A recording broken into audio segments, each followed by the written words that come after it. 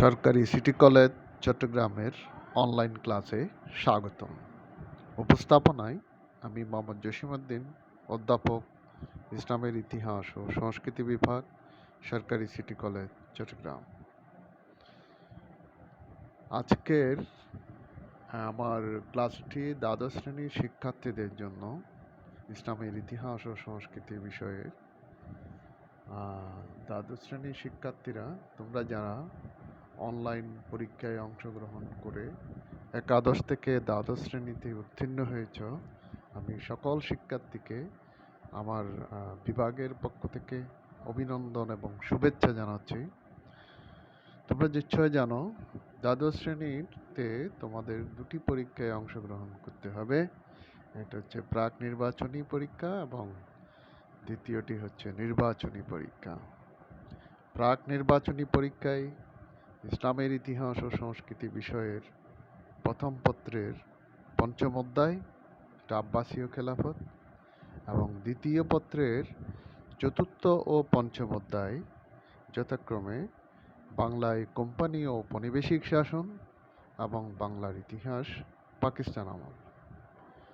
আজকের আলোচ্য বিষয়ের মধ্যে যেটা বাংলায় কোম্পানি ও ঔপনিবেশিক শাসনের শিকন ফলে তোমরা শিখতে পারবে, জানতে পারবে যে ইংরেজ ইস্ট ইন্ডিয়া কোম্পানির দেওয়ানি লাভ সম্পর্কে এবং দ্বৈত শাসনের প্রভাব সম্পর্কে জানতে পারবে এবং বাংলায় সংগঠিত ফরাজি আন্দোলন ও তিতুমিরের বিদ্রোহ সম্পর্কে জানতে পারবে।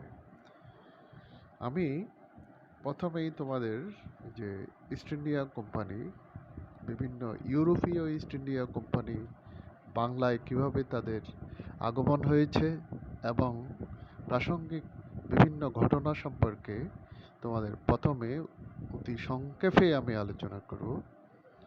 প্রথমে আমরা এই যে ইস্ট ইন্ডিয়া কোম্পানির আগমনের পটভূমি, এতে আমরা প্রথমে যে পর্তুগিজ বণিক দল সবার আগে এই ভারতীয় উপমহাদেশে বা বাংলায় পর্তুগিজ বণিকরা সর্বপ্রথম আসে 1487 খ্রিস্টাব্দে। প্রসিদ্ধ পর্তুগিজ নাবিক বার্তেলোমিও দিয়েস দক্ষিণ আফ্রিকার উত্তমাশা অন্তরীপ প্রদক্ষিণ করে আসেন। এর কয়েক বছর পরে 1498 খ্রিস্টাব্দের 27 মে তারই প্রদর্শিত পথে আরবীয় নাবিকদের সাহায্যে ভাস্কো দা গামা ভারতের পশ্চিম উপকূলে অবস্থিত কালিকট বন্দরে এসে উপস্থিত হন। এই নতুন পথ আবিষ্কারের ফলে ভারতীয় উপমহাদেশের সাথে সর্বপ্রথম ইউরোপের প্রত্যক্ষ যোগাযোগ স্থাপিত হয়। তাহলে আমরা এখানে যে সর্বপ্রথম এই পর্তুগিজরা 1510 খ্রিস্টাব্দে গোয়ায় তাদের বাণিজ্য কুটি প্রতিষ্ঠা করলেও পরে 1516 খ্রিস্টাব্দে প্রথম বাংলায় তাদের স্থায়ী ঘাঁটি স্থাপন করে ক্রমান্বয়ে কালিকট, দমন, দিউ, বোম্বে, কোচিন, হুগলি প্রভৃতি স্থানেও তাদের বাণিজ্য কুটি ও উপনিবেশ গড়ে ওঠে। এরপরে ডাচ ইস্ট ইন্ডিয়া কোম্পানি পর্তুগিজদের প্রদর্শিত পথ ধরেই ক্রমান্বয়ে নেদারল্যান্ডের অধিবাসী ওলন্দাজ বা ডাচরা 1602 খ্রিস্টাব্দে ডাচ ইস্ট ইন্ডিয়া কোম্পানি গঠন করে ভারতে এসে মাদ্রাজের কালিকট এবং নাগাপট্টিনম এবং পশ্চিমবঙ্গের হুগলির সন্নিকটস্থ চুঁচুড়ায় বাণিজ্য কুটি নির্মাণ করে। কিন্তু পরবর্তীতে 1676 খ্রিস্টাব্দে তারা কলকাতার উত্তরে শ্রীরামপুরে তাদের প্রধান বাণিজ্য কেন্দ্র করে তোলে। কিন্তু বাণিজ্য সুবিধা করতে না পেরে 1845 খ্রিস্টাব্দে তাদের বাণিজ্য কুটিগুলো ইংরেজদের নিকট বিক্রি করে স্বদেশে ফিরে যায়। এরপরে ইংরেজ east India company. English east India company বা ইংরেজ ইস্ট ইন্ডিয়া কোম্পানি যারা একটা সমিতি গঠন করে 1600 খ্রিস্টাব্দের 31শে ডিসেম্বর নাগাদ রানী প্রথম এলিজাবেথের নিকট থেকে রাজকীয় সনদ লাভ করে এর ফলে কোম্পানি পূর্ব ভারতীয় দ্বীপপুঞ্জে বাণিজ্য করার একচ্ছত্র অধিকার লাভ করে এবং পরবর্তীতে মুঘল সম্রাট জাহাঙ্গীর ১৬১৩ খ্রিস্টাব্দে এক ফরমানের মাধ্যমে তাদেরকে সুরাটে কুটি স্থাপন করার অনুমতি দেন এবং পরে ১৬১৫ থেকে ১৬১৮ খ্রিস্টাব্দ তারা স্যার টমাস রোর মাধ্যমে আগ্রা, আহমেদাবাদ এবং ব্রোসে কুটি স্থাপন করার অধিকার পায়। ১৬৫৮ খ্রিস্টাব্দে পাটনা ও কাশিমবাজার, ঢাকা, রাজমহল, মালদহ প্রভৃতি স্থানেও কুটি স্থাপিত হয়। ১৬৭২ খ্রিস্টাব্দে সুবাদার শায়েস্তা খানের এক সনদ বলে শুল্ক থেকে অব্যাহতি লাভ করে এবং ১৬৮০ খ্রিস্টাব্দে সম্রাট আওরঙ্গজেব এক ফরমান জারি করে বলে দেন যে কেউ বাণিজ্য শুল্কের জন্য ইংরেজ কোম্পানির লোককে হয়রানি করতে পারবে না এবং প্রচলিত শতকরা ২ টাকা বাণিজ্য কর অতিরিক্ত দেয় টাকা জিজিয়া কর ছাড়া অন্য কোনো কিছুই তাদের থেকে আদায় করতে পারবে না। পরবর্তীতে দেখা যায় যে বাংলার মুর্শিদ কুলি খান ইংরেজদের যে অতিরিক্ত গ্রামগুলো দেওয়ার বিরুদ্ধে রুখে দাঁড়িয়েছিলেন, তার বিরোধিতা সত্ত্বেও মুঘল সম্রাট মোহাম্মদ ফারুক শিওর কর্তৃক প্রদত্ত ফরমানে ১৭১৬-১৭ খ্রিস্টাব্দে আরও যেসব সুযোগ সুবিধার কথা উল্লেখিত ছিল তাতে কোম্পানির যথেষ্ট লাভ হয়। পরবর্তীতে ১৭১৫ খ্রিস্টাব্দ থেকে ১০ বছরের মধ্যে কলকাতা বন্দরের বিদেশের চালান গড়ে প্রতি বছর ১০ টনে পৌঁছে যায় এবং কলকাতার লোকসংখ্যা বৃদ্ধি পেয়ে ১৭৩৫ খ্রিস্টাব্দে ১ লক্ষে উপনীত হয়। কলকাতার উন্নতি ও সমৃদ্ধির ফলে এবং একটি দুর্ভেদ্য দুর্গের অধিকারী হওয়ায় তখন ইংরেজদের লোলুপ দৃষ্টি বাংলার মসনদের প্রতি নির্লিপ্ত হয়। এ সময় হতে ক্ষমতার লোভে তারা বাংলার নবাবের বিরুদ্ধে ষড়যন্ত্রে লিপ্ত হয়ে প্রত্যক্ষভাবে ভাগ্য পরীক্ষায় অবতীর্ণ হওয়ার ফন্দি আঁটতে থাকে। এই পর্যায়ে এরপরে আমি ধারাবাহিকভাবে বলছি যে ফরাসি ইস্ট ইন্ডিয়া কোম্পানি তাদের আগমনের সময় যে সর্বশেষে ১৬৬৪ খ্রিস্টাব্দে ফরাসি বণিকরা ফরাসি ইস্ট ইন্ডিয়া কোম্পানি গঠন করে ভারতে বাণিজ্য করতে আসে। তারা ১৬৬৮ খ্রিস্টাব্দে সুরাটে, ৬৯ খ্রিস্টাব্দে মসলিপট্রমে এবং ১৬৭৩ খ্রিস্টাব্দে মাদ্রাজের প্রায় ১৩৮ কিলোমিটার দক্ষিণে পন্ডিচেরিতে তাদের বাণিজ্য ঘাঁটি স্থাপন করে। পরবর্তীতে ১৬৭৪ খ্রিস্টাব্দে বাংলার সুবাদার শায়েস্তা খান তাদেরকে চন্দননগরে কুটি স্থাপনের জন্য জায়গা দিলে তারা ১৬৯০-৯২ খ্রিস্টাব্দের মধ্যে তথায় প্রসিদ্ধ চন্দননগর ফরাসি ফ্যাক্টরি স্থাপন করে এবং ১৭২৫ খ্রিস্টাব্দের মাহেতে এবং ১৭৩৯ খ্রিস্টাব্দের কারিকলে ফরাসিদের কুটি নির্মিত হয়। এভাবে ফরাসি উপনিবেশ গড়ে তোলার স্বপ্নে বিভোর ডুপ্লে ফরাসিদের প্রধান হয়ে ১৭৪১ খ্রিস্টাব্দে ভারতে আসেন। পরে দেখা যায় এই ইঙ্গো ফরাসি ওই দুই কোম্পানির মধ্যে তাদের দ্বন্দ্ব তৈরি হয়। বিশেষ করে বাণিজ্যিক প্রাধান্য ও রাজনৈতিক আধিপত্যকে কেন্দ্র করে ইঙ্গো ফরাসি দ্বন্দ্ব শেষ পর্যন্ত রক্তক্ষয়ী সংঘর্ষে রূপ লাভ করে। আমরা এখানে দেখা যায় উভয় পক্ষের মধ্যে হায়দ্রাবাদের নিজামের অধীন রাজ্যের কর্ণাটক অঞ্চলে কয়েক বছর ধরে প্রথম, দ্বিতীয় এবং তৃতীয় কর্ণাটক যুদ্ধ সংঘটিত হয় এবং পরবর্তীতে ১৭৬০ খ্রিস্টাব্দের বন্দিবাসের যুদ্ধে ইংরেজ সেনাপতি স্যার আয়ার কোড ফরাসি বাহিনীর নেতৃত্বে থাকা কমতে দে লালিকে পরাজিত করে ১৭৬১ খ্রিস্টাব্দে পন্ডিচেরি দখল করে নেয় এবং পরিণামে ভারতবর্ষে ফরাসিদের যে সাম্রাজ্য বিস্তারের সব আশা ও প্রচেষ্টা ব্যর্থতায় পর্যবসিত হয়। এভাবে কর্ণাটকের বিভিন্ন স্থানে সংগঠিত যুদ্ধে সাফল্য লাভের মাধ্যমে ফরাসিদের উৎখাতের পর ভারতবর্ষে বৈদেশিক বেনিয়াদের মধ্যে একমাত্র ইংরেজরাই কর্তৃত্ব লাভ করে।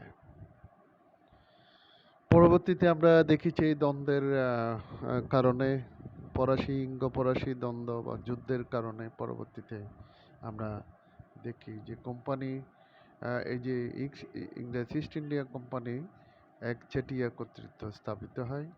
পরবর্তীতে 1757 খ্রিস্টাব্দে আমরা দেখি যে পলাশির যুদ্ধ, বাংলা, বিহার, উড়িষ্যার শেষ স্বাধীন নবাব সিরাজউদ্দৌলা এবং রবার্ট ক্লাইভের মধ্যে সংগঠিত পলাশির যুদ্ধ ছিল একটি ভাগ্য নির্ধারণকারী যুদ্ধ। 23শে জুন 1757 খ্রিস্টাব্দের সিরাজউদ্দৌলার সাথে ইংরেজদের যুদ্ধ শুরু হয়, কিন্তু বিশ্বাসঘাতক মীর জাফর ও রায়দুল্লভ গোপন চুক্তি মোতাবেক ইংরেজদের বিরুদ্ধে অস্ত্র ধারণ না করে সমরক্ষেত্রে পুতুলের মতো দাঁড়িয়ে থাকেন। বিশ্বস্ত সেনাপতি মীর মদন যুদ্ধ করে নিহত হন। মীর জাফরের পরামর্শে নবাবের আদেশে মোহনলালকে যুদ্ধ বন্ধ করতে হয়। ফলে বিরাট সেনাবাহিনী থাকা সত্ত্বেও সিরাজউদ্দৌলা ইংরেজদের নিকট পরাজিত ও নিহত হবার সাথে সাথে বাংলা, বিহার, উড়িষ্যার স্বাধীনতা সূর্য অস্তমিত হয়। এই ভারতের ইতিহাসে পলাশির যুদ্ধ বিশেষ একটি গুরুত্বপূর্ণ ঘটনা। যদিও এই যুদ্ধে মীর জাফর সিংহাসনের ক্ষমতা পেলেও প্রকৃত ক্ষমতার মালিক ছিল ইংরেজেরা। এরপরে মীর জাফর ক্ষমতা লাভ করলো বাংলার নবাব সিরাজউদ্দৌলার সাথে বিশ্বাসঘাতকতা করে। মীর জাফর বাংলার মসনদ লাভ করেন এবং ইংরেজদের সহযোগিতায় 1757 খ্রিস্টাব্দের 29শে জুন তিনি বাংলার নবাব হন, কিন্তু প্রকৃত ক্ষমতা ইংরেজদের হাতেই থেকে যায়। মীর জাফরের যোগ্যতা, শাসন দক্ষতা ও বিশ্বস্ততা সম্পর্কে ইংরেজদের মনে সন্দেহ জাগে এবং মীর জাফর তার প্রতিশ্রুত সমুদয় অর্থ ইংরেজ কোম্পানিকে দিতে ব্যর্থ হলে তিনি ও তার পরিবার তাদের নিকট হেয় প্রতিপন্ন হন। এরকম অবস্থায় তখনকার ইংরেজ গভর্নর বেনসিস্টার্ড মীর জাফরকে সরিয়ে তার জামাতা মীর কাসিমকে বাংলার নবাব নিযুক্ত করেন। তার সাথে ইংরেজরা একটা গোপন চুক্তিও করে। চুক্তির শর্ত অনুসারে মীর কাসিম তাদের সব পাওনা পরিশোধ করেন এবং বর্ধমান, মেদিনীপুর ও চট্টগ্রাম জেলার জমিদারি তাদেরকে ছেড়ে দিয়ে স্বাধীনভাবে শাসন পরিচালনা করেন। কিন্তু দুর্ভাগ্য যে ভারতে যে ব্রিটিশ শাসনের ইতিহাসে যে আরেকটি যুদ্ধ সংগঠিত হয়, যেটি বক্সারের যুদ্ধ নামে পরিচিত, এটি অত্যন্ত তাৎপর্যপূর্ণ একটি যুদ্ধ। এই যুদ্ধে মিত্রবাহিনীর পরাজয়ের ফলে বাংলা, অযোধ্যা ও দিল্লির সার্বভৌম শক্তি ইংরেজদের পদানত হয় এবং দেশপ্রেমিক মীর কাসিমের আশা আকাঙ্ক্ষা চিরতরে ধূলিসাৎ হয়ে যায়। বস্তুত বক্সারের যুদ্ধ সমগ্র ভারতীয় উপমহাদেশে ইংরেজদের ক্ষমতার ভিত্তি স্থাপন করে। একাধিক কারণে বাংলার নবাব মীর কাসিমের সাথে ইংরেজদের সংঘর্ষ অনিবার্য হয়ে পড়েছিল, যারই প্রেক্ষিতে 1764 খ্রিস্টাব্দের 22শে অক্টোবর ইংরেজ বাহিনীর সাথে প্রাথমিক শক্তি পরীক্ষায় ব্যর্থ হয়ে মীর কাসিম অযোধ্যার নবাব সিরাজউদ্দৌলা এবং মুঘল সম্রাট শাহ আলমের সহযোগিতায় একটি ত্রিপক্ষীয় মৈত্রী জোট গঠন করেছিলেন। তারপরে বক্সারের প্রান্তরে 1764 খ্রিস্টাব্দের 22শে অক্টোবর ইংরেজ বাহিনীর সাথে শেষ শক্তি পরীক্ষায় অবতীর্ণ হন। কিন্তু দুর্ভাগ্যক্রমে এই যুদ্ধে ইংরেজ সেনাপতি মেজর হেক্টর মুন্ডুর নিকট ত্রিপক্ষীয় মৈত্রী জোটের পরাজয় ঘটে। মীর কাসিম দিল্লিতে আত্মগোপন করেন এবং 1777 খ্রিস্টাব্দে তিনি মৃত্যুবরণ করেন। মুঘল সম্রাট দ্বিতীয় শাহ আলম ইংরেজদের সাথে সন্ধি করে প্রাণে বেঁচে যান। চুক্তি অনুসারে অযোধ্যার নবাব সিরাজউদ্দৌলাকে ফিরিয়ে দেওয়া হয়। এভাবে বাংলার শাসন ব্যবস্থায় ইংরেজদের প্রত্যক্ষ ভূমিকা শুরু হয়। যা হোক, আমরা এতক্ষণ ধরে পলাশির যুদ্ধ এবং বক্সারের যুদ্ধ সম্পর্কে আলোকপাত করেছি। এই ভারতে ব্রিটিশ শাসনের ইতিহাসে এই পলাশি যুদ্ধ অপেক্ষা বক্সারের যুদ্ধের গুরুত্ব অপরিসীম।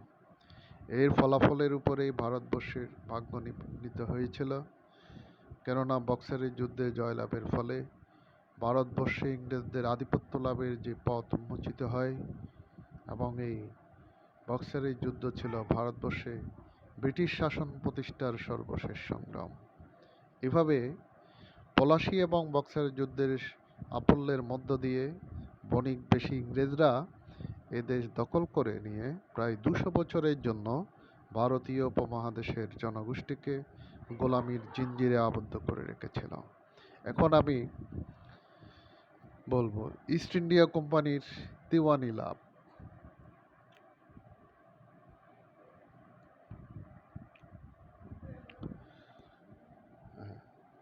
ইস্ট ইন্ডিয়া কোম্পানি কিভাবে দেওয়ানি লাভ করলো?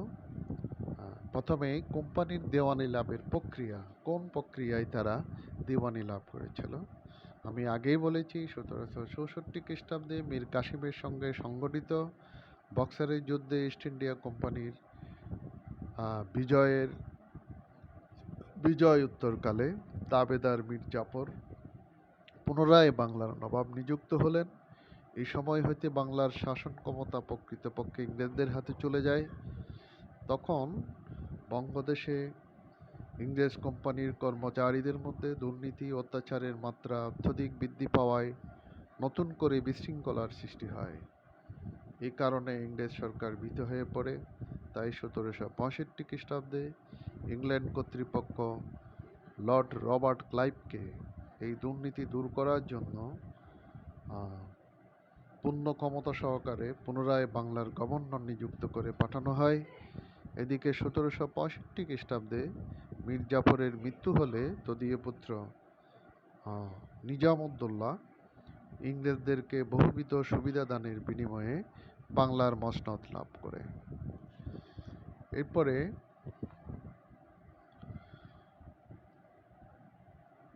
অযোধ্যার নবাব সুজাউদ্দৌলাকে এলাহাবাদ সন্ধি চুক্তি স্বাক্ষর করতে বাধ্য করা হয় এবং মুঘল সম্রাট দ্বিতীয় শাহ আলমের কাছ থেকে বাংলার দেওয়ানি লাভ করেন। তাছাড়া তিনি বাংলার নবাবের সাথেও কোম্পানির ক্ষমতা ভাগাভাগির সংস্কার সাধন করেন। এটাই ইতিহাসে ক্লাইভের দ্বৈত শাসন বলে পরিচিত। এখন 1765 খ্রিস্টাব্দের মে মাসে রবার্ট ক্লাইভ দ্বিতীয়বারের মতো বাংলার গভর্নর হয়ে আসেন। তিনি এসেই 1765 খ্রিস্টাব্দের 12ই আগস্ট দ্বিতীয় শাহ আলম এবং অযোধ্যার নবাব সুজাউদ্দৌলার সাথে এলাহাবাদ চুক্তি সম্পাদন করেন। 50 লক্ষ টাকার বিনিময়ে তিনি নবাবকে অযোধ্যা ফিরিয়ে দেন। এরপর কেবলমাত্র এলাহাবাদ এবং কারা জেলা অযোধ্যা থেকে বিচ্ছিন্ন করে সম্রাট দ্বিতীয় শাহ আলমকে দেওয়া হয় এবং ইংরেজ কোম্পানি কর্তৃক সম্রাটকে বছরে 26 লক্ষ টাকা দেওয়ার সত্ত্বে সম্রাট এক ফরমানের মাধ্যমে বাংলা, বিহার, উড়িষ্যার রাজস্ব আদায়ের ভার কোম্পানির হাতে স্থায়ীভাবে ন্যস্ত করেন। বস্তুত মাত্র 26 লক্ষ টাকার বিনিময়ে বাংলাদেশে মুঘল অধিকার ইংরেজদের কাছে বিক্রি করা হয়ে গেল। কোম্পানি সম্রাটকে প্রতি বছর উক্ত পরিমাণ অর্থ দেওয়া ছাড়াও বাংলার নবাবকেও তার নিজামত বা শাসন কার্য পরিচালনার জন্য বছরে 53 লক্ষ টাকা দেওয়ার জন্য প্রতিশ্রুত হয়। তবে এলাহাবাদ চুক্তি অনুসারে ইস্ট ইন্ডিয়া কোম্পানি বাংলায় রাজস্ব আদায়ের আইনসম্মত অধিকার প্রাপ্ত হলেও নিজামত তথা বিচারিক ও প্রশাসনিক ক্ষমতা নবাবের হাতে থেকে যায়। অবশ্য গুরুত্বপূর্ণ প্রতিরক্ষা বা সামরিক বিভাগের ক্ষমতা কোম্পানির হাতে ন্যস্ত হয়। তাইলে আমরা কিভাবে যে ক্লাইভ বা ইস্ট ইন্ডিয়া কোম্পানি কোন প্রক্রিয়ায় দিওয়ানি লাভ করেছে সে বিষয়ে আমরা আলোকপাত করেছি এবং ইংরেজদের এই যে দিওয়ানি লাভের দুইটি ভিত্তি ছিল। নাম্বার 1 বা প্রথমত নবাব মীর জাফরের মৃত্যুর পর তার পুত্র নাজিমুদ্দৌলাকে নবাব নিযুক্ত করা হয়। গভর্নর বুঝতে পেরেছিলেন যে নতুন নবাবের পক্ষে ঋণ পরিশোধ করা সম্ভব হবে না, তাই তিনি নবাবের ভাতার বন্দোবস্ত করে রাজস্ব পরিচালনার ভার কোম্পানির এখতিয়ারে নিয়ে নেন। এর ফলে দিল্লির সম্রাট প্রভাবিত হয়েছিলেন। দ্বিতীয়ত, সম্রাট বাংলা হতে কিছু নগদ টাকা লাভের আশায় ব্যস্ত হয়ে পড়েছিলেন। সুতরাং তার ইচ্ছা অনুসারে দিওয়ানি কোম্পানির হাতে হস্তান্তরিত করা হয়। দিওয়ানি লাভের গুরুত্ব সম্পর্কে যদি বলা হয় যে লর্ড রবার্ট ক্লাইভের নেতৃত্বে বাংলা, বিহার, উড়িষ্যা তথা ভারতীয় উপমহাদেশে ইংরেজ ইস্ট ইন্ডিয়া কোম্পানির দেওয়ানি লাভ এবং ব্রিটিশ কর্তৃত্ব প্রতিষ্ঠা একটি বিশেষ গুরুত্বপূর্ণ ঘটনা। মুঘল সম্রাট দ্বিতীয় শাহ আলমের কাছ থেকে কোম্পানি বাংলা, বিহার, উড়িষ্যার রাজস্ব আদায়ের অধিকার এবং ক্ষমতা লাভ করে। এরপর গভর্নর লর্ড রবার্ট ক্লাইভ যে পরিকল্পনায় বাংলার শাসন ক্ষমতাকে ইস্ট ইন্ডিয়া কোম্পানি এবং নবাবের মধ্যে ভাগ করে নিয়েছিলেন, তাকেই রবার্ট ক্লাইভ প্রবর্তিত দ্বৈত শাসন বলা হয়। এই দ্বৈত শাসনের প্রকৃতি ছিল রাজস্ব আদায় এবং দেশ রক্ষার ভার কোম্পানির দায়িত্বে, আর নিজামত বা বিচার ও শাসন কর্তৃত্ব তাকে নবাবের হাতে। অর্থাৎ দ্বৈত শাসনে রাজস্ব আদায় ও দেশ রক্ষার ভার কোম্পানির দায়িত্বে, আর বিচার ও শাসন কর্তৃত্ব থাকে নবাবের হাতে। নবাব বছরে 53 লক্ষ টাকা কোম্পানির আদায়কৃত রাজস্ব থেকে নিয়মিতভাবে পাবেন এবং এই অর্থ দিয়ে তিনি শাসন কার্য পরিচালনা করবেন। দিওয়ানি ও শাসন কাজ বা নিজামত, এই দ্বিবিধ শাসন কাজে দায় দায়িত্বের ভাগাভাগিকেই দ্বৈত শাসন নামে আখ্যায়িত করা হয়। তাইলে এখানে আমরা দেখতে পাচ্ছি যে দায়িত্বহীন ক্ষমতা, হ্যাঁ, যেটা ইংরেজ ইস্ট ইন্ডিয়া কোম্পানির হাতে, তাদের কোনো দায়িত্ব ছিল না কিন্তু ক্ষমতা আছে। আবার নবাবের হাতে ক্ষমতাহীন দায়িত্ব দেওয়া হয়েছে কিন্তু কোনো ক্ষমতা নাই।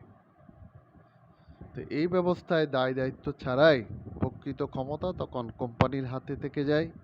পক্ষান্তরে আইন শৃঙ্খলা রক্ষা করার ভার নবাবের হাতে থাকা সত্ত্বেও প্রকৃতপক্ষে তার কোনো ক্ষমতাই ছিল না। তাহলে দ্বৈত শাসনের যে জটিলতা তথা এর ফলে উদ্ভূত পরিস্থিতি সম্পর্কে সাধারণ লোক তখন কিছুই বুঝে উঠতে পারেনি। পরবর্তীতে যে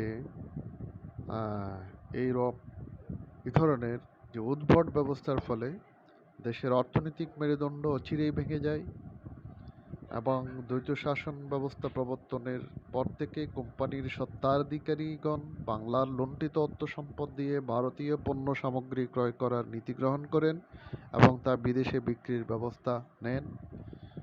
পরবর্তীতে দেখা যায় যে কোম্পানি প্রবর্তিত নীতির ফলে অতিরিক্ত রাজস্ব বৃদ্ধি পাওয়ায় জনগণ এক মারাত্মক অর্থ সংকটে নিপতিত হয়, যারই ফলে 1176 সালে বাংলা 1176 সালে এই মারাত্মক দুর্ভিক্ষ, যেটা ইতিহাসে 76-এর মন্বন্তর নামে পরিচিত, এই মন্বন্তরে প্রায় 1 কোটি লোক মারা যায়।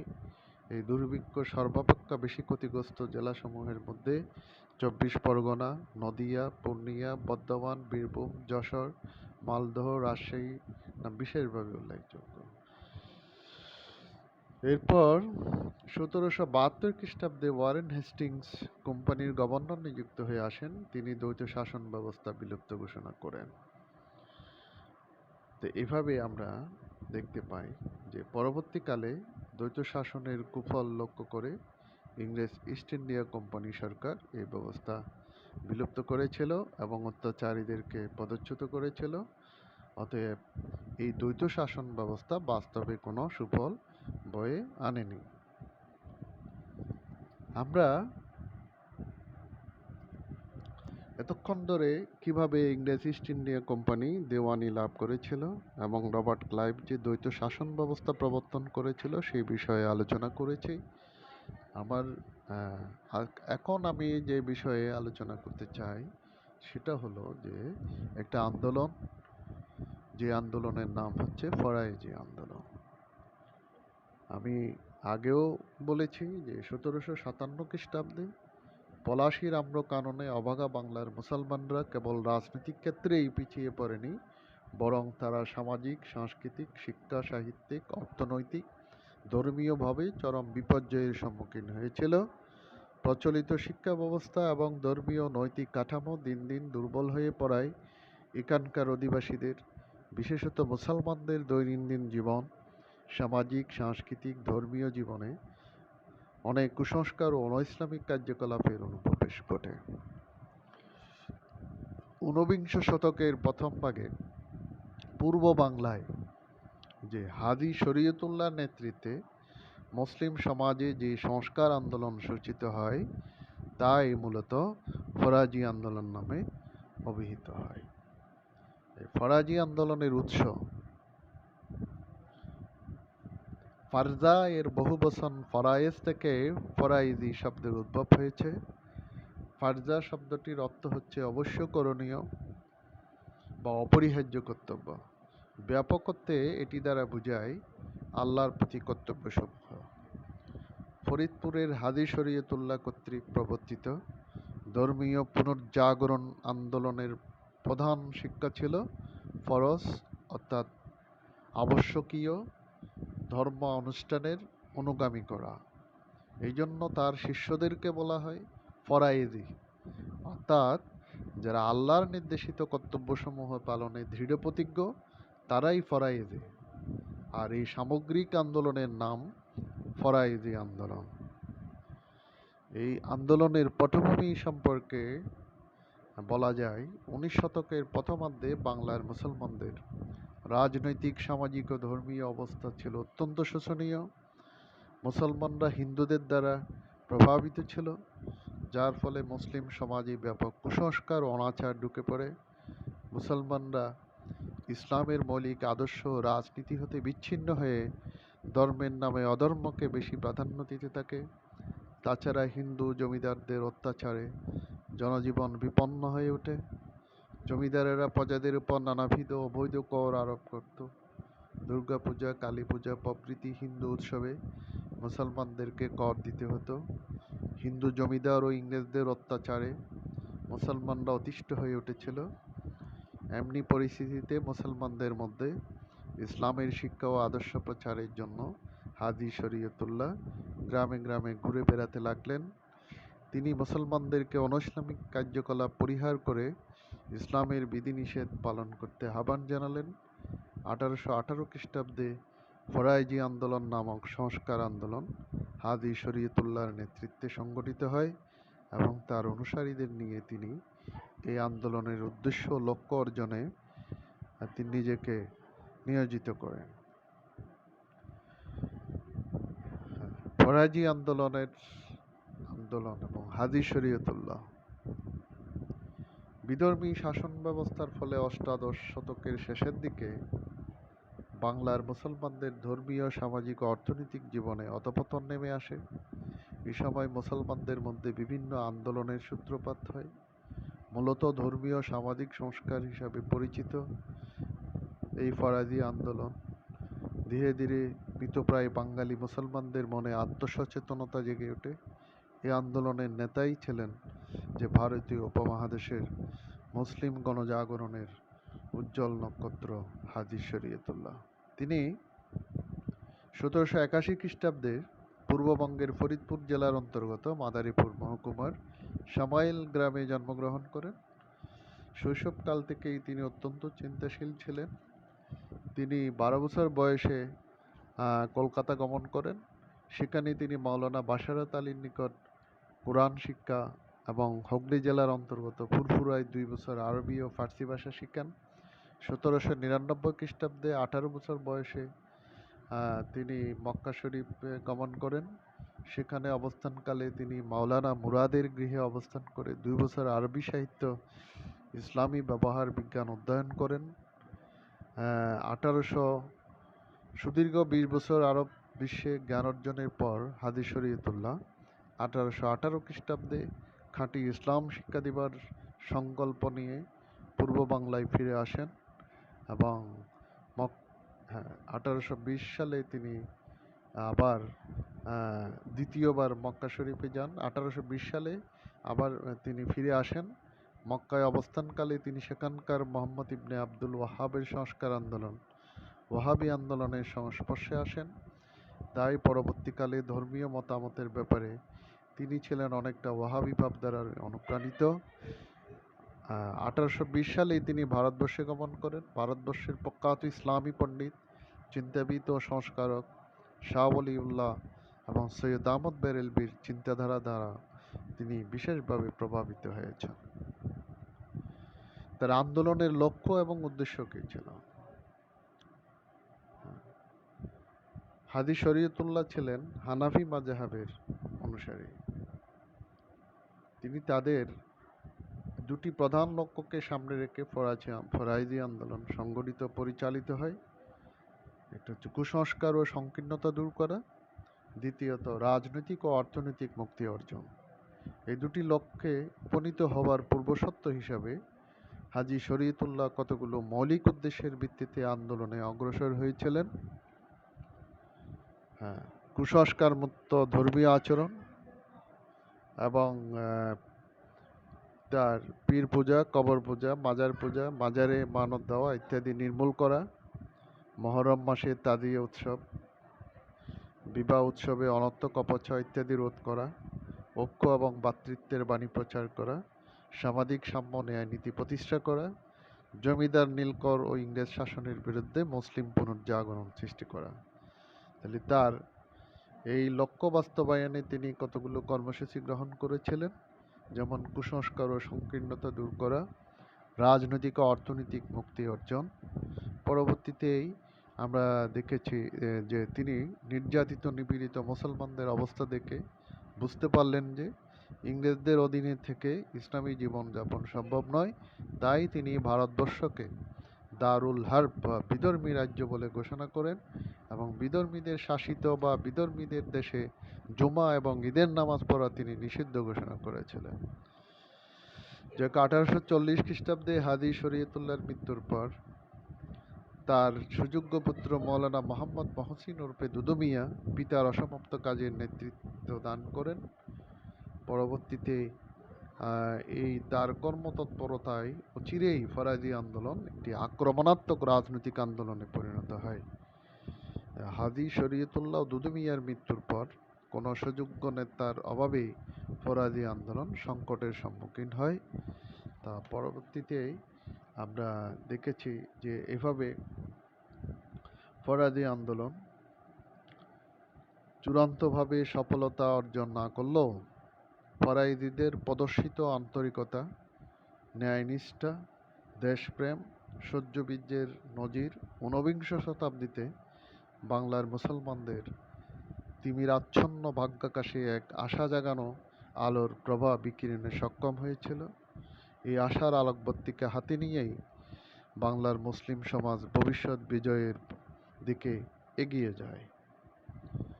বাংলার আর্থসামাজিক জীবনের উপরে এই যে ফরাজি আন্দোলনের যে একটি প্রভাব, যে তৎকালীন বাংলার কুসংস্কারাচ্ছন্ন মুসলমানদের উপর ব্যাপক প্রভাব বিস্তার করেছিল। ধর্মীয় ভিত্তির কারণে এই আন্দোলন গ্রামে মুসলমানদের এক নতুন প্রেরণায় উদ্বুদ্ধ করেছিল। তৎকালীন সামাজিক, রাজনৈতিক ও অর্থনৈতিক নির্যাতনের প্রতিবাদের ক্ষেত্রে এই আন্দোলন অত্যন্ত গুরুত্বপূর্ণ ভূমিকা পালন করে। এই আন্দোলনেই পরবর্তীকালের স্বাধীনতা আন্দোলনের দিক নির্দেশক হিসাবে কাজ করেছিল। তাই আমরা বলতে পারি যে 1818 খ্রিস্টাব্দে হাদি শরীয়তুল্লাহ কর্তৃক সূচিত ও পরবর্তীকালে তার শিষ্যগণ কর্তৃক পরিচালিত ধর্মীয় ও সামাজিক আন্দোলনকে ফরাজি আন্দোলন নামে অভিহিত করা হয়, যা সমগ্র পূর্ব বাংলায় ছড়িয়ে পড়ে। যাকে এই আন্দোলনেই পরবর্তীতে সামাজিক, রাজনৈতিক, অর্থনৈতিক নির্যাতনের প্রতিবাদের ক্ষেত্রেও গুরুত্বপূর্ণ ভূমিকা পালন করেছিল এবং এই আন্দোলনেই স্বাধীনতা আন্দোলনের বীজ বপন করেছিল এবং নির্যাতিত মানুষের উপর অত্যাচার বন্ধে বিরাট ভূমিকা পালন করেছিল। পরিশেষে বলতে পারি যে ফরাদি আন্দোলন দিকভ্রষ্টতা, অমানিসার ঘোর অন্ধকার থেকে মুক্ত করে মুসলমানদেরকে স্বীয় সামাজিক মর্যাদা, ধর্মীয় শৌর্য বীর্য ও কৃষ্টি সভ্যতার শাশ্বত ভিত্তিতে আত্মনিবিষ্ট করে তোলে। এই আন্দোলনের প্রভাবে অবহেলিত ও আত্মবিস্মৃত মুসলিম জনগণ নিজেদের স্বাতন্ত্র্যবোধ অক্ষুণ্ণ রেখে আলোর পথে পরিচালিত হবার মূল মন্ত্রে দীক্ষিত হয় এবং ফরাজি নেতৃবৃন্দ অদম্য আন্দোলনের মধ্য দিয়ে নিস্তেজ ও নিষ্ক্রিয় মুসলিম সমাজের ধর্মীয় ভাবধারার উৎকর্ষ বিধান করে তাদেরকে আত্মসচেতন ও স্বাধিকার সম্পর্কে সংগ্রাম মুখর করে তোলেন। অতএব নিঃসন্দেহে ফরাজি আন্দোলনকে স্বাধীনতা আন্দোলনের প্রতিকৃত বলা যেতে পারে। আমি চেষ্টা করেছি খুব সংক্ষেপে এই ফরাজি আন্দোলন সম্পর্কে আলোচনা করতে। সাথে আমরা এখন আলোচনা করব তিতুমির সম্পর্কে। তিতুমিরের সংগ্রামী জীবন। ভারতবর্ষের স্বাধীনতা সূর্য অস্তমিত হয় প্রথমে বাংলায়, আবার সেই স্বাধীনতা পুনরুদ্ধারের সংগ্রামের সূত্রপাত হয়ে বাংলায়। এই আন্দোলনের অন্যতম প্রধান পুরোধা ছিলেন তিতুমির, যিনি দেশকে শত্রুর কবল থেকে মুক্ত করার জন্য এই তিতুমির সর্বপ্রথম অস্ত্র ধারণ করেছিলেন এবং তিনিই সর্বপ্রথম বাঙালি শহীদ। তার আসল নাম ছিল সৈয়দ নিসার আলী। প্রথমে তার প্রাথমিক জীবন সম্পর্কে বলি। 1782 খ্রিস্টাব্দে পশ্চিমবঙ্গের 24 পরগনা জেলার বারাসত মহকুমার চাঁদপুর গ্রামে এক সম্ভ্রান্ত মুসলিম কৃষক পরিবারে জন্মগ্রহণ করেন। বাল্যকালে তিনি গ্রামের এক মাদ্রাসায় পড়াশোনা করেন। তিনি ছিলেন সুপুরুষ এবং ছোটবেলা থেকেই সুস্বাস্থ্যের অধিকারী ছিলেন। 1815 সালে তিনি কলকাতায় গিয়ে বসবাস করতে থাকেন এবং অচিরেই একজন পেশাদার কুস্তিগীর হিসাবে তিনি পরিচিত হন। এরপরে দেখা যায় জমিদারদের অত্যাচার থেকে আশেপাশের লোকদেরকে রক্ষা করার জন্য তিনি কুস্তিবিদ্যা, মুষ্টিযুদ্ধ, লাঠি খেলা, তরবারি চালনা, তীর ছোড়া এবং আরও বিভিন্ন রকম যুদ্ধ কৌশল নিজে শিক্ষা লাভ করেন। এরপরে 1822 খ্রিস্টাব্দে 40 বছর বয়সে তিনি হজব্রত পালনের উদ্দেশ্যে মক্কা গমনের সৌভাগ্য অর্জন করেন। এরপরে সেখানে 1827 খ্রিস্টাব্দে মক্কা শরীফ থেকে তিনি নিজ দেশে প্রত্যাবর্তনের পর 3 থেকে 4 বছর কলকাতা সহ বিভিন্ন জায়গায় অবস্থান করেন। যা হোক, আমরা দেখি তিনি 3 থেকে 400 লোক তার শিষ্যত্ব গ্রহণ করে ইসলামী আদর্শে জীবন গড়ার কাজে তিনি ব্রতী হন। এই প্রক্রিয়ায় অল্পকালের মধ্যেই তিনি বিপুল সংখ্যক জনগণের নেতৃত্ব লাভ করেন, যাদের বেশিরভাগই ছিল মুসলিম কৃষক এবং তাঁতি। যা হোক, যে তার যে কর্মপ্রচেষ্টা এবং তার সংগ্রামের উদ্দেশ্য বা লক্ষ্য কী ছিল। ছোটবেলা থেকেই সামাজিক জীবনের কুসংস্কারাদি, আচার আচরণ, অন্যায় অবিচার তার মনের উপর গভীরভাবে প্রভাব বিস্তার করেছিল। পরিশেষে সামাজিক দ্বন্দ্ব সংঘাতময় পরিবেশে সেই চেতনা বিপ্লবী চেতনায় রূপ নিয়েছে এবং মূলত তিতুমিরের এই বিপ্লবী চেতনার দুইটি দিক ছিল। একটি হচ্ছে সমাজ সংস্কার ও ধর্মীয় শিক্ষার বিকাশ সাধন, দ্বিতীয়টি হচ্ছে অত্যাচার, নিপীড়ন ও শোষণের হাত থেকে সমাজকে মুক্ত করা। এবং তার এই যে জমিদার এবং নীলকরদের বিরুদ্ধে তিতুমিরের সংগ্রামী কর্মকাণ্ড, তার অসীম সাংগঠনিক শক্তির দ্বারা দরিদ্র কৃষককুলকে সংগঠিত করে জমিদারদের বিরুদ্ধে খেপিয়ে তোলেন। জমিদারেরা অতি প্রবলভাবে তার কাজে বাধা দেওয়ার চেষ্টা করেন। তিনি পরবর্তীতে 24 পরগনা ও নদিয়া জেলার অনেক কৃষক তিতুমিরের সংস্কার আন্দোলনে প্রত্যক্ষভাবে সাড়া দেওয়ার কারণে অচিরেই তার নেতৃত্বে এক গণ আন্দোলন গড়ে উঠেছিল।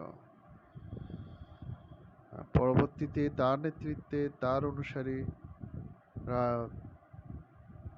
বণিকদের সাথে তিতুমিরের যে মুসলিম তাঁতিদের সমন্বয়ে গঠিত তিতুমিরের নেতৃত্বে তার অনুসারী রায়ত ও মুসলিম তাঁতিদের সমন্বয়ে গঠিত গণবাহিনী পুরায় প্রবেশ করে গরু জবাই করে এবং হিন্দুদের মন্দিরে রক্ত লেপন করে অতঃপর গোবরা গোবিন্দপুর অত্যাচারী জমিদার দেবনাথ রায়কে আক্রমণ করেন এবং নওঘাটার সংঘর্ষে দেবনাথ রায় পরাজিত নিহত হয়। এইভাবে জমিদার ও নীলকর বেনিয়াদের বিরুদ্ধে শক্তি পরীক্ষায় বিজয়ী হতে থাকলে তিতুমির বাহিনীর আত্মবিশ্বাস ও মনোবল অনেক বৃদ্ধি পায়। এরপর বারাসাতের বিদ্রোহ। ২৪ পরগনার কিছু অংশ এবং নদীয়া ও ফরিদপুরের কিছু এলাকা নিয়ে একটি স্বাধীন এলাকা প্রতিষ্ঠা করাই ছিল তিতুমিরের প্রাথমিক লক্ষ্য। কিন্তু এবার তিনি ও তার অনুসারীরা এদেশে ইংরেজ রাজত্বের অবসান ও মুসলিম রাজত্বের পুনঃপ্রতিষ্ঠার কথা দ্ব্যর্থহীন ভাষায় ঘোষণা করেন এবং ১৮৩১ খ্রিস্টাব্দে হিন্দু জমিদার ও ইংরেজ নীলকরদের বিরুদ্ধে বিদ্রোহ ঘোষণা করেন। এটি ঐতিহাসিক বারাসত বিদ্রোহ নামে পরিচিত। আবার ইস্ট ইন্ডিয়া কোম্পানির বিরুদ্ধে এটি প্রথম বিদ্রোহ। এর মূল চালিকা শক্তি ছিল অর্থনৈতিক ও সামাজিক শোষণের অবসান ঘটানোর প্রেরণা এবং ১৮০০ এলাকার জমিদার এবং নীলকুঠিয়ালদের বারবার সাহায্যের আবেদনের পরিপ্রেক্ষিতে ইংরেজ কর্তৃপক্ষ দ্রুত ব্যবস্থা গ্রহণ করে ১৮৩১ খ্রিস্টাব্দের ১৫ নভেম্বর বারাসতের যুগ্ম ম্যাজিস্ট্রেট আলেকজান্ডারের নেতৃত্বে পুলিশের বাহিনী তিতুমিরকে দমন করার জন্য তার সামরিক কেন্দ্র নারিকেলবাড়িয়ায় পাঠান, কিন্তু তিতুমিরের অনুসারী বাহিনীর উপস্থিতি প্রায় ৫০০ লোকের আকস্মিক আক্রমণে আলেকজান্ডার তার দলবল নিয়ে পালিয়ে কোনো রকমে প্রাণ রক্ষার চেষ্টা করেন। কিন্তু পরবর্তীতে যে বারাসতের এই যুদ্ধের পর ১৮৩১ খ্রিস্টাব্দের ১৯ নভেম্বর মেজর স্কটের অধীনে দেশীয় পদাতিক বাহিনীর ১১টি রেজিমেন্ট, কয়েকটি কামানসহ গোলন্দাজ বাহিনী এবং দেহরক্ষী বাহিনীর সমন্বয়ে গঠিত এক শক্তিশালী সামরিক অভিযান তিতুমির ও তার অনুসারী বাহিনীর বিরুদ্ধে পরিচালিত হয়। ইতিপূর্বে নারিকেলবাড়িয়ায় বাঁশ দিয়ে তৈরি তিতুমিরের সুরক্ষিত সামরিক দুর্গ হতে তিতুমির ও তার অনুসারীরা সাহসিকতার সঙ্গে আধুনিক অস্ত্রশস্ত্রে সজ্জিত শক্তিশালী ইংরেজ বাহিনীর বিরুদ্ধে সম্মুখ সমরে অবতীর্ণ হন, কিন্তু ইংরেজদের কামানের গোলার মুখে তিতুমিরের বাঁশের কেল্লা সহজেই ভেঙে পড়ে। ফলে তিতুমির যুদ্ধে পরাজিত হন, কিন্তু আত্মসমর্পণের চেয়ে সম্মুখ যুদ্ধে জীবনপাত শ্রেয় বিবেচনায় তিতুমির এবং তার নিকট সঙ্গীরা যুদ্ধ করতে করতে শাহাদাত বরণ করেন। যুদ্ধবন্দীদের বিচারে তিতুমিরের সামরিক বাহিনীর অধিনায়ক গোলাম মাসুমের ফাঁসির আদেশ হয় এবং অন্যান্য প্রায় ১৫০ বন্দীকে বিভিন্ন মেয়াদে কারাদণ্ডে দণ্ডিত করা হয়। তাহলে তিতুমিরের বিদ্রোহ আপাত দৃষ্টিতে ব্যর্থতায় পর্যবেসিত হলেও চূড়ান্ত বিশ্লেষণে প্রতীয়মান হয় যে মূলত এটি বিফল হয়নি। তার সংগ্রামী চেতনা ছিল প্রকৃতপক্ষে অত্যাচার ও শোষণের বিরুদ্ধে এক বিক্ষুব্ধ প্রতিবাদ। তিনি ছিলেন প্রথম বাঙালি মুসলমান যিনি অন্যায়ের বিরুদ্ধে ন্যায়ের সংগ্রামে আত্মোৎসর্গ করতে কুণ্ঠিত হননি। স্বাধীনতা অর্জনের প্রয়াসে তিতুমিরের বাঁশের কেল্লার লড়াই অতীব তাৎপর্যপূর্ণ। তার এই লড়াইকে সামনে রেখেই স্বাধীনতাকামী বাঙালিরা দুর্ধর্ষ ও সুচতুর উপনিবেশিক শক্তির বিরুদ্ধে অস্ত্র ধারণ করেছে। তাই নিঃসন্দেহে বলা যায় যে তিতুমিরের বিদ্রোহের রেশ স্বাধীন সার্বভৌম বাংলাদেশ সৃষ্টির সংগ্রামের সাথেও সম্পৃক্ত ছিল। যাই হোক, আমরা আজকের এই ক্লাসে আমি চেষ্টা করেছি ইস্ট ইন্ডিয়া কোম্পানি কিভাবে তারা দেওয়ানি লাভ করলো এবং ফরাজি আন্দোলন সম্পর্কে, তিতুমিরের সংগ্রামী জীবন সম্পর্কে। প্রিয় শিক্ষার্থীরা, আশা করি তোমরা প্র্যাকটিস করতে হবে, ভিডিও শুনতে হবে, বারবার শুনতে হবে। আর তোমাদের কারো যদি কোনো কিছু জানার থাকে, প্রশ্ন থাকে, কমেন্ট বক্সে তোমরা সেটা লিখবে এবং আমি চেষ্টা করব তোমাদের এই প্রশ্নের উত্তর দিতে। যা হোক, তোমাদের সামনে যে পরীক্ষাটি হবে, প্রাক নির্বাচনী পরীক্ষা, এই পাঠ্যসূচি হিসাবে এখানে তোমার ইস্ট ইন্ডিয়া কোম্পানি কিভাবে গঠিত হলো, কিভাবে তাদের দিওয়ানি লাভ করলো, বিশেষ করে তারপরে তোমার ফরাজি আন্দোলনের হাজি শরীয়তুল্লাহ কিভাবে এই আন্দোলনকে সংগঠিত করেছিল এবং এই ফরাজি আন্দোলনের কি প্রভাব, এবং তিতুমীরের যে সংগ্রামী জীবন থেকে যে আমরা এখানে যে বিষয়গুলো, বিশেষ করে জমিদার এবং নীলকরদের বিরুদ্ধে তিতুমীর যে আন্দোলন বা সংগ্রাম করে তুলেছিলেন, এবং পরবর্তীতে যদিও এটা ব্যর্থতায় পর্যবেসিত হলেও নিঃসন্দেহে বলা যায় তিতুমীরের এই যে তার সংগ্রামী প্রচেষ্টা, যেটা পরোক্ষভাবে হলো স্বাধীন সার্বভৌম বাংলাদেশ সৃষ্টির সংগ্রামের সাথে সম্পৃক্ত আছে। তো তোমাদের শিক্ষার্থীদেরকে আবারও আমি ধন্যবাদ জানাচ্ছি এবং তোমাদের শুভেচ্ছা জানিয়ে আজকের ভিডিও ক্লাস এখানে শেষ করছি। তোমাদের সবাইকে ধন্যবাদ।